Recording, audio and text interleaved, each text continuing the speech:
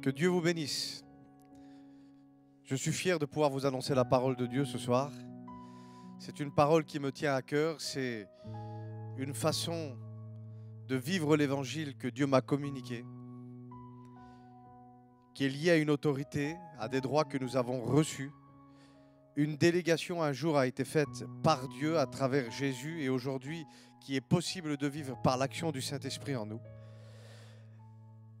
Et j'aimerais que tu rentres dans ces moments d'une manière différente.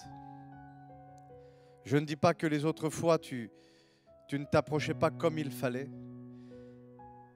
mais il y a des choses à vivre. Amen. Il y a des choses à expérimenter et il y a une parole à comprendre. Quand la parole de Dieu est annoncée, on ne peut pas faire un face-à-face avec elle et repartir de la même manière que nous sommes arrivés.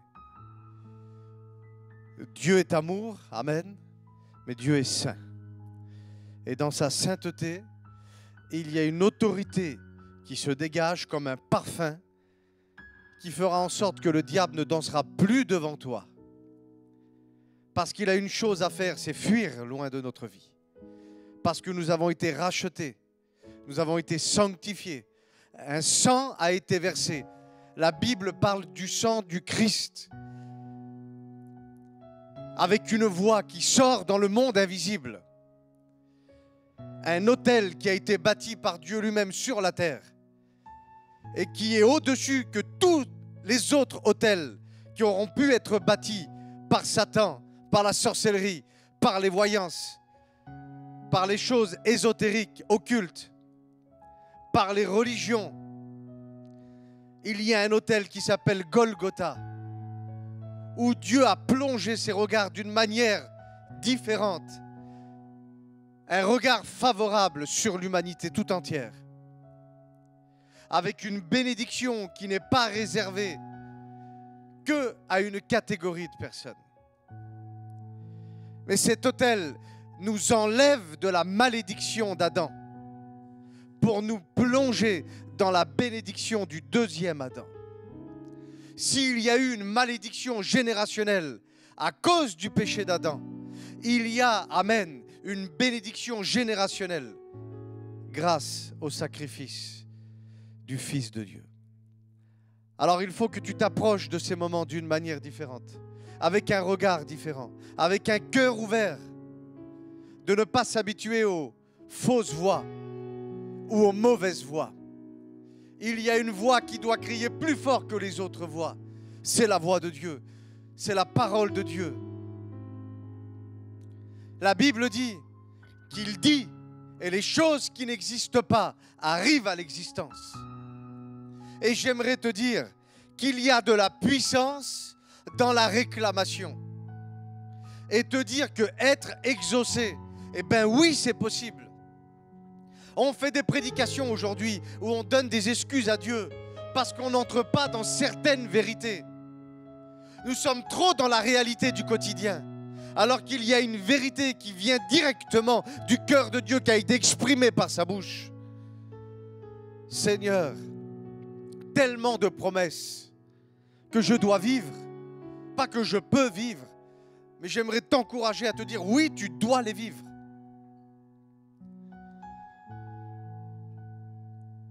Je ne veux pas, et je vais appliquer mon cœur à vivre d'un éternel échec, avec des genoux à terre, où des fois, on va dire c'est bien, il est en train de prier, alors que je n'étais pas en train de prier. J'étais en train de souffrir et de me lamenter. J'aimerais te dire que la puissance de Dieu, alléluia, elle existe et elle est disponible.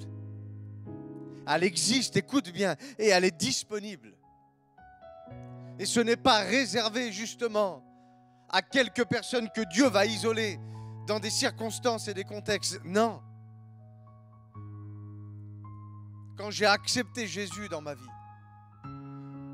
quand j'ai décidé, amen, de me laisser aimer par lui, la Bible dit que je suis devenu le temple du Saint-Esprit. Et que le Père, le Fils et le Saint-Esprit habiteront en moi.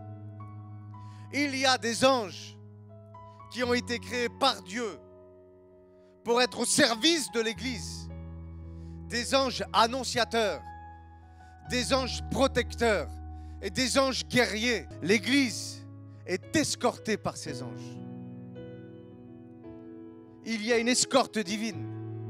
Et par-dessus ça, un livre qui s'appelle la Bible, un code de route qui va pouvoir me permettre justement de me relever, de me positionner et enfin de pouvoir avancer. Si c'est à toi que je parle, tu dis Amen là où tu es. On rentre ensemble, Amen, dans le message.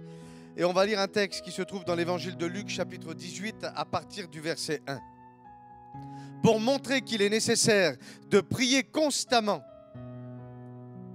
sans jamais se décourager, Jésus raconta à ses disciples la parabole suivante. Verset 2. Dans une certaine ville, il y avait là un juge, retiens bien cette parole, un juge qui ne révérait pas Dieu et qui ne le respectait pas. Il n'avait aussi d'égard pour personne. Verset 3.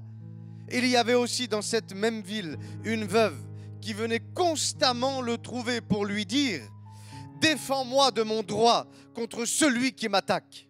Verset 4. Pendant longtemps, il s'y refusa, mais à la longue, il finit par se dire « J'ai beau ne pas révérer Dieu et me moquer de tout ce que peuvent penser les hommes, cette veuve m'ennuie quand même. » La réclamation, alléluia, écoute bien, de ce qui est à toi, j'aimerais te le dire, elle fait du mal à l'ennemi. Elle renverse les hauteurs et les forteresses. Elle brise les autels sataniques et permet à l'autel de Golgotha de parler plus fort. Alléluia. C'est pourquoi la Bible dit que ce juge inique va dire ceci. Je vais lui donner ce qu'elle me demande, de peur qu'elle vienne me casser les oreilles. Et littéralement, on traduit ce texte de cette manière-là, qu'elle vienne me mettre KO. Parce que dans la réclamation, il se passe quelque chose. À chaque fois que tu parles à la situation, à l'ennemi, aux forteresses, aux maladies, aux démons qui sont là pour paralyser, bloquer ta vie, c'est comme si que déjà tu les repousses, tu te positionnes et tu continues d'aller vers ce juge, tu continues d'aller vers ces plans diaboliques qui tiennent ta vie en otage. Et tu commences à parler, tu commences à parler, tu commences à réclamer. Et la Bible dit qu'à un moment donné, l'adversaire va commencer à faiblir, va commencer à fléchir. Et tu sais, le diable n'est pas fou. Il n'a pas envie de finir KO, mais quand la tête lui tourne, la Bible dit, regarde ce qu'il dit. Je vais lui donner ce qu'elle me demande pour qu'elle arrête de venir me casser les oreilles parce qu'elle va finir par me mettre KO. Je ne sais pas si tu réalises la puissance de ce texte. Et le Seigneur va ajouter, notez bien ce que ce mauvais juge a dit et de quelle manière il a réagi. Alors, est-ce que nous pouvons supposer que Dieu ne défendrait pas le droit de celui qu'il a choisi et qu'il crie jour et nuit vers lui, même s'il tarde à les écouter? Est-ce qu'il ne va pas venir afin de pouvoir leur apporter l'aide nécessaire? Et Jésus prend la parole en disant ça, verset 8. Moi, je vous dis que c'est par une intervention soudaine qu'il défendra leurs droits. Alléluia. Mais seulement lorsque le Fils de l'homme reviendra. Bien sûr que ça concerne en priorité l'eschatologie, le retour du Seigneur. Mais il y a aussi un retour de Dieu, un retour de sa parole dans nos vies, à travers l'exaucement que nous devons vivre au quotidien. Des choses qui doivent lâcher, parce que Dieu avait parlé, une guérison promise, une délivrance promise. Là où il y aura la conversion d'un foyer, d'une famille. Là où on va commencer à vivre des bénédictions afin que l'œuvre de Dieu avance. Des offrandes pour l'Église. Des jeunes qui ont le désir dans leur cœur d'aller plus loin avec le Seigneur. C'est ça les paroles Seulement lorsque le Fils de l'homme va venir, lorsque sa parole va arriver, est-ce qu'il trouvera la foi sur terre? Ça, c'est dans l'homme. Est-ce que la foi sera trouvée dans l'homme?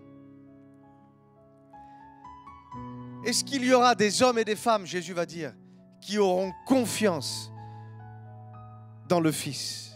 Est-ce qu'il y aura des hommes et des femmes qui auront confiance dans cette parole? Je ne sais pas si tu réalises l'importance et l'autorité qui se cache derrière cette parabole. Jésus vient en leur expliquant que c'est une nécessité de prier constamment, sans jamais se relâcher, sans jamais se décourager. Peu importe ce qui vient. Vous savez, on voit souvent ça, des personnes qui ont décidé de rentrer dans la prière. Et on va commencer à se mettre à genoux le matin, à demander des choses à Dieu, à parler à l'ennemi. Et puis il semblerait que dans la journée, le téléphone va sonner, une mauvaise nouvelle va arriver. Et souvent de fois, j'ai entendu de mes propres oreilles des chrétiens dire à chaque fois que je commence à lire, à chaque fois que je commence à prier, à chaque fois que je commence à réclamer, tu peux être sûr que dans la journée ou le lendemain, un problème va arriver. J'aimerais te dire que nous sommes en guerre. Oui, nous sommes en guerre. Tu t'attendais à quoi? Tu t'attendais à quoi? On parle de l'enfer, on parle de vie éternelle, on parle de mort, on parle de résurrection, on parle de destinée gâchée à cause de désobéissance, des foyers brisés, à cause du péché, du mensonge, des adultères dans les foyers. Tu t'attendais à quoi? Jésus est venu pour rétablir les choses.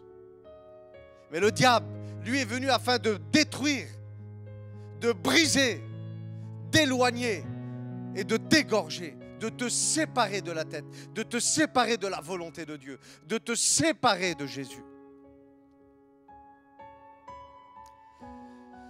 Et il nous donne cette parabole. Et il dissocie bien la personne de Dieu d'avec ce juge.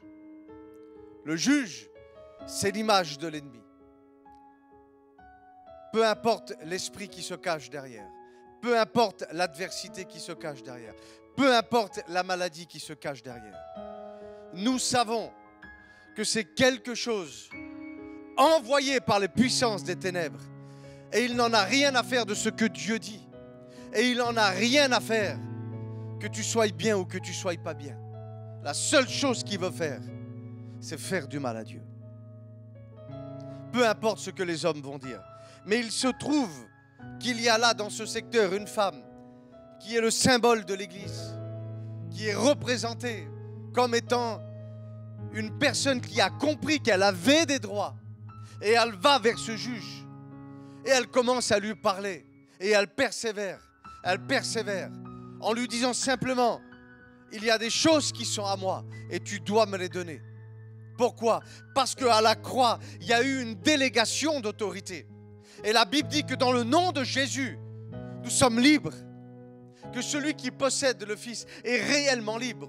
Je ne dois pas être dépendant d'une situation. Je ne dois pas être addict de certaines choses. Ça peut arriver de manière ponctuelle parce qu'il y a un combat. Mais je ne dois pas demeurer dans ces choses. Et la Bible dit, et ça a été prophétisé tellement de fois dans la Bible, que dans ces meurtrissures, nous avons une guérison qui est parfaite, qu'elle soit au niveau du corps, de l'âme ou de l'esprit.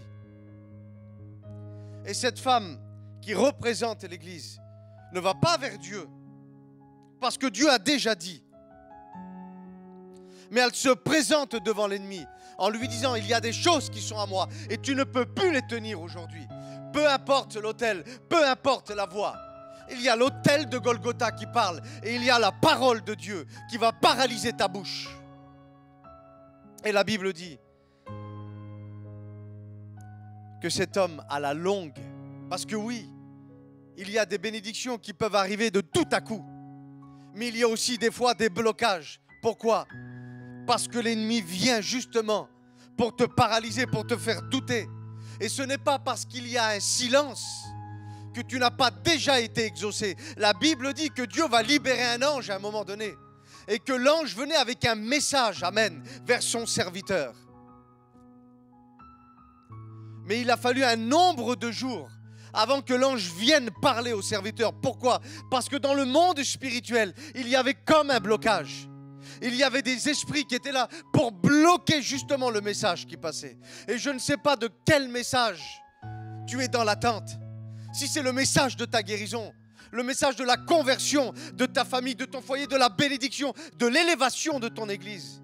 Mais je sais une chose, c'est qu'il y a des messages, amen, qui partent du ciel.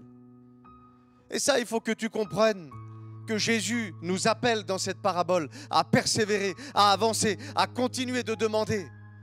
Et de continuer de dire à l'ennemi, tu lâches dans le nom de Jésus, tu lâches dans le nom de Jésus. Ta tête a été écrasée à la croix. Et aujourd'hui, une délégation d'autorité m'a été confiée. J'ai puissance et autorité sur toute la puissance de l'ennemi pour marcher sur les serpents et sur les scorpions. Et rien ne pourra me nuire. Je refuse ta représaille et je réclame ce qui est à moi dans le nom de Jésus. Et la Bible dit qu'à un moment donné, amen, le juge, le diable, l'esprit, la maladie, l'adversité va lâcher. Amen. Amen. Dis amen là où tu es. Ça va lâcher dans le nom de Jésus. Mais il le dit. Quand le Fils de l'homme reviendra, et moi je symbolise ça comme ça, quand la parole va arriver, est-ce que la foi sera trouvée? Alléluia. Est-ce que la foi sera trouvée? Si la foi sera trouvée, tu me donnes un amen. Amen. Alléluia. La Bible dit que Dieu, et ça c'est ce qui me rassure et qui m'encourage, veille sur sa parole et sur l'accomplissement de ses paroles. Alléluia. Au nom de Jésus. J'ai une bonne nouvelle pour toi. Contrairement à ce que tu as pu croire ou ce qu'on a pu t'enseigner dans le passé, nous sommes dans des temps favorables pour l'exaucement. Amen. Alléluia. C'est vrai qu'il est dit que dans les derniers temps, quelques-uns abandonneront la foi. Mais moi, Chris, j'ai décidé de ne pas faire partie de ces quelques-uns. Quelques-uns abandonneront la foi. Mais je prie pour que tous ceux qui sont connectés ou qui seront connectés au son de ma voix ce soir, vous ne fassiez plus partie des gens qui vont abandonner la foi. Non, la foi ne doit pas être seulement une action, on le dit. Elle doit demeurer une position dans nos vies. Amen. Parce que là où la foi est trouvée, je te le dis, la délivrance va arriver. Là où la foi est localisée, la guérison va arriver. Là où la foi est localisée, la vie éternelle va arriver. La Bible dit que le juste vivra. Il va se passer des choses par la foi. Et si tu veux réjouir le cœur de Dieu, il est impossible de lui être agréable si nous ne manifestons pas, amen, notre foi. La foi, c'est ce qui va supprimer les limites. La foi, c'est ce qui va faire peur à la peur. La foi va faire douter le doute. La foi, amen, c'est le pont entre la bénédiction, amen, parce qu'un chrétien, il est béni. Mais la foi, c'est le pont entre la bénédiction et la manifestation, alléluia. Je prie pour que cette révélation rentre dans ton cœur et que tu réalises que tu n'es pas n'importe qui et que tu peux faire comme cette femme, réclamer, amen, ce qui est à toi. Dans les derniers temps, la Bible dit, et nous sommes plus aujourd'hui dans les derniers temps que ceux qui ont vécu à l'époque de la Pentecôte. Dans les derniers temps, Dieu dit, je répandrai mon esprit sur toute chair. Amen. Alléluia, au nom de Jésus. Et là où est le Seigneur, là où est l'Esprit du Seigneur, là, il y aura réception de ton miracle, au nom de Jésus. Et la bonne nouvelle, on entend des choses tous les jours à la télé, on se lamente, on a peur, Jésus revient, mais il y a une bonne nouvelle. Là où le péché abonde, dis-moi-le, là où le péché abonde, la grâce de Dieu se multiplie et surabonde. Tu ne peux échouer. Amen. Est-ce que tu le crois? Tu ne peux échouer. Et il y a des prières qui n'échouent jamais. Et dans beaucoup de cas, on a essayé le jeûne, on a essayé la supplication, on a essayé l'action de grâce. Et ce sont des chemins de prière dans lesquels certaines bénédictions vont arriver. Mais il y a aussi des moments où il faut faire face aux problèmes. La Bible dit qu'on parlera à la montagne. Tu monteras cette montagne. Tu parleras à ce sycomore. Il est important d'apprendre à localiser notre problème et de le nommer. Amen. De le nommer. La Bible dit que ce sont vos fautes qui ont tout désorganisé. Et on peut traduire ça comme ça, ce sont vos incrédulités. Votre manque d'orientation, votre manque de précision qui ont tout désorganisé. Je ne considère pas être au service d'un Dieu si amour, si saint et si puissant et de vivre comme un misérable sur la terre. Non, j'ai des droits. Église, tu as des droits. Église, écoute-moi, tu as des droits, amen. Et tu as le droit de dire amen au nom de Jésus. Évangile de Marc, chapitre 16. On connaît toute cette liste et à partir du verset 16 et 17, il nous est dit qu'il va avoir des signes, des miracles, amen, des prodiges qui vont accompagner les croyants. Alléluia. Et il y a toute cette liste. On parle de vivre des choses dans l'esprit.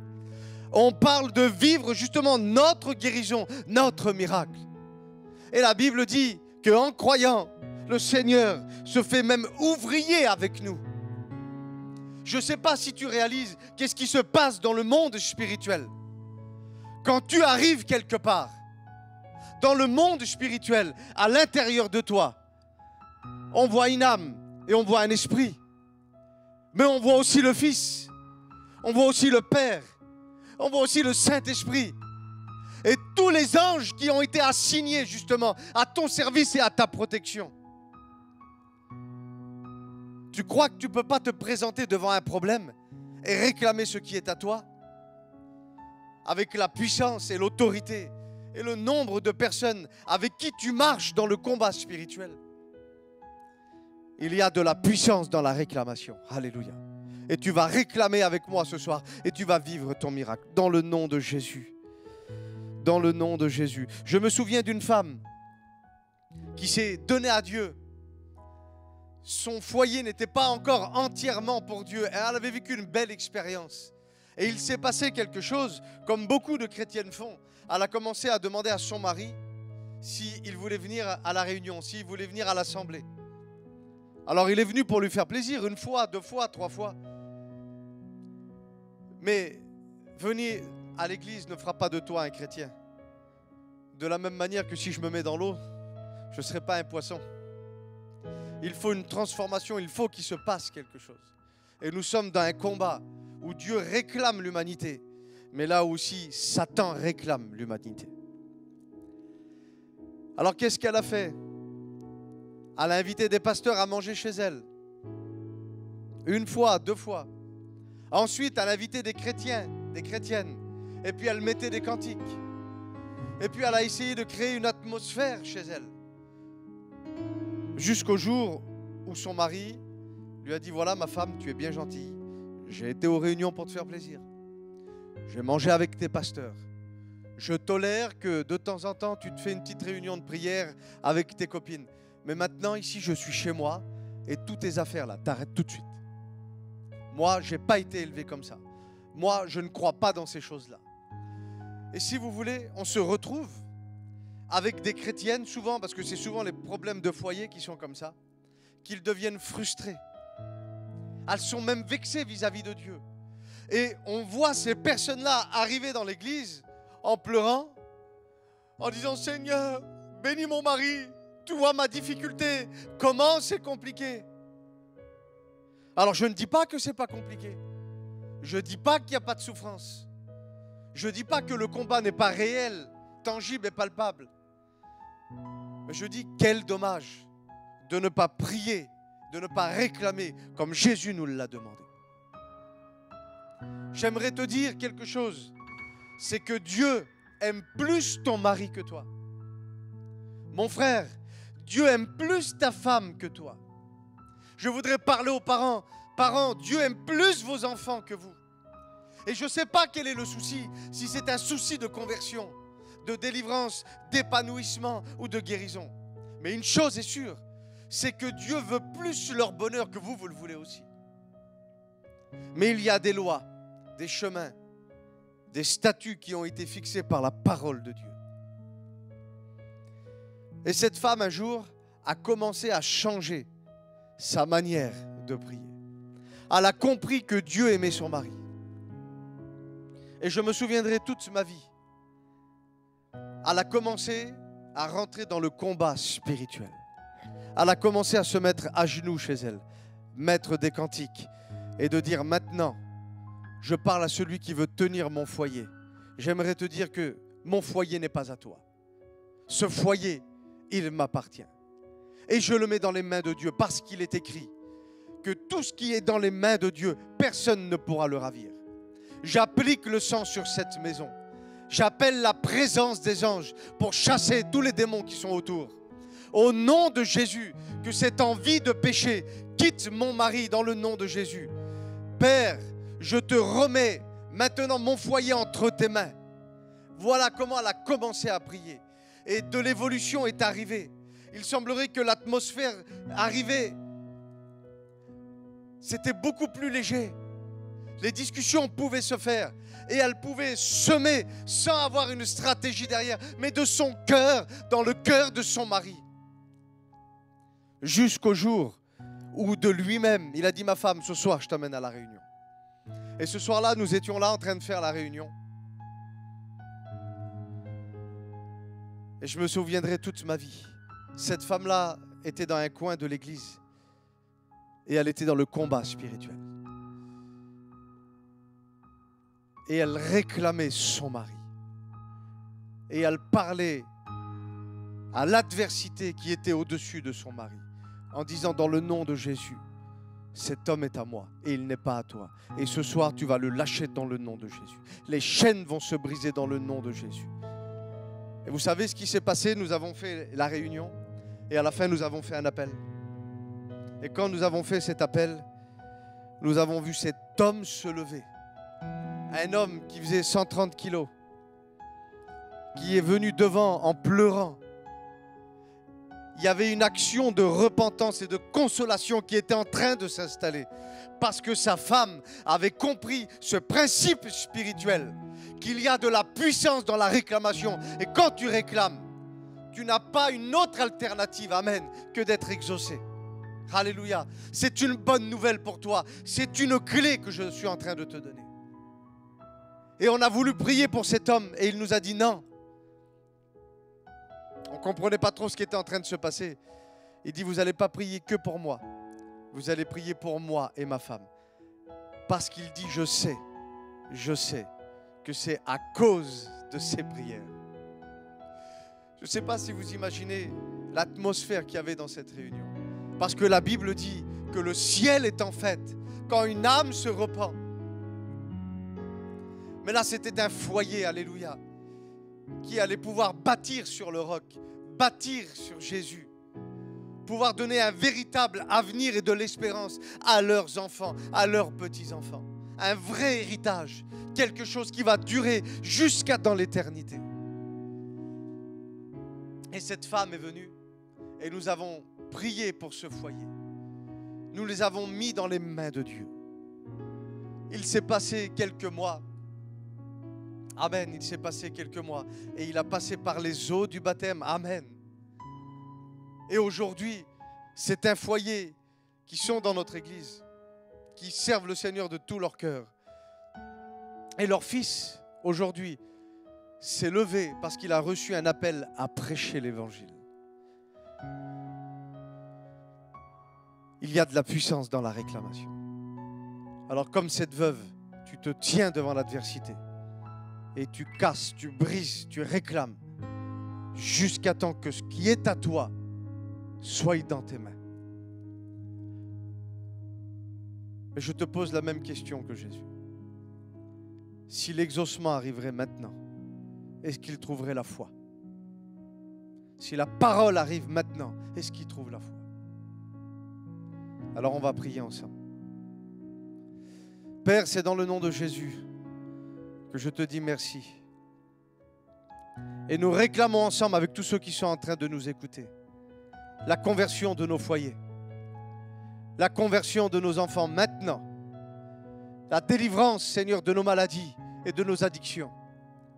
Seigneur, au nom de Jésus, tout ce qui bloquait la destinée de ceux qui sont en train de m'écouter ce soir, maintenant, au nom de Jésus, tu pars dans le nom de Jésus.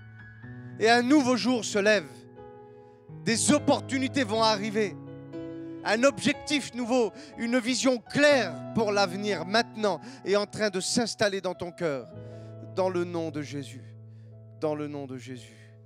Dans le nom de Jésus. Si tu as été touché, si tu as été béni, si tu as ressenti dans ton cœur que Dieu t'a donné une inspiration fraîche, tu marques en commentaire que tu as été béni. On se voit bientôt. Amen.